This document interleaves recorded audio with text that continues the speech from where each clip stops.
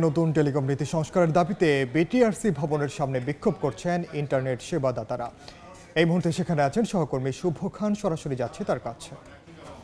Guideline সংশোধনের দাবিতে BTRC ভবনের সামনে এই মুহূর্তে দেখতে পাচ্ছি যে ইন্টারনেট সেবাদাতারা অবস্থান কর্মসূচি পালন করছেন। কিছুক্ষণ আগে তারা বিক্ষোভ কর্মসূচি পালন করেছেন এবং ভেতরে এই মুহূর্তে বিটিআরসির চেয়ারম্যান বা ঊর্ধ্বতন কর্মকর্তাদের সঙ্গে আইএসপিএবির সভাপতি এবং সাধারণ সম্পাদকের বৈঠক চলছে।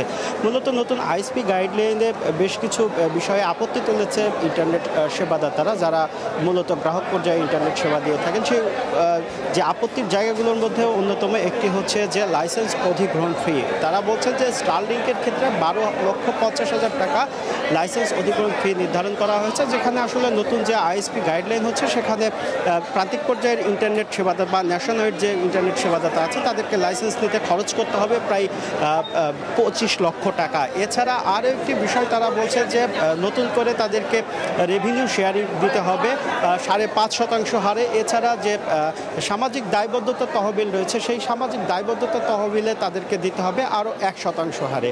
তো সব কিছু মিলিয়ে তাদের উপর একটি বাড়তি প্রেশার পড়বে। এছাড়াও নতুন করে যেহেতু আইআইজি যে লেয়ার আছে সেটি উঠে যাচ্ছে, সে কারণে এখন থেকে 2027-এর পর থেকে ইন্টারনেট সেবাদাতাদের আসলে যে ব্যান্ডউইথ, সেই ব্যান্ডউইথ কিনতে হবে মূলত বাংলাদেশ সাবমেরিন কেবল কোম্পানি এবং আইটিসি অপারেটর থেকে। সেখানে আসলে খরচ ট্যাক্স ভ্যাট বাবদ যে খরচ বর্তমানে যেটি 3% সেটি বেড়ে কিন্তু 17% উন্নীত হবে। তো সব কিছু মিলে আসলে গ্রাহক পর্যায়ে 20% খরচ বাড়বে, অর্থাৎ 500 টাকার সংযোগে গ্রাহককে আসলে 100 টাকা বাড়তি খরচ দিতে হবে এবং 1000 টাকার সংযোগে খরচ বাড়বে হচ্ছে 200 টাকা, অর্থাৎ 1200 টাকায় দিতে হবে। তো যেহেতু মোবাইল অপারেটরদেরকে আসলে তারবিহীন ওয়াইফাই সেবা দেওয়ার সুযোগ দেওয়া হয়েছে, সে কারণে আইএসপি অপারেটররা বলছে যে তাদের আসলে গ্রাহক হারাবে, তাদের অস্তিত্ব টিকিয়ে রাখতে তারা হিমশিম খাবেন। সে কারণেই মূলত তারা এই আজকের যে কর্মসূচি, বিক্ষোভ এবং অবস্থান কর্মসূচি, সেটি তারা পালন করছেন এই বিটিআরসি ভবনের সামনে।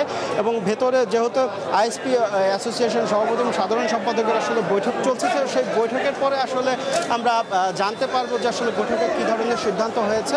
তার পরবর্তী সংবাদে আমরা দর্শকদেরকে সেটি জানাতে পারবো। তো বিটিআরসি ভবনের সামনে থেকে এই ছিল আমার কাছে সবশেষ। সরাসরি যুক্ত ছিলাম আগারগাঁওয়ে বিটিআরসি ভবনের সামনে।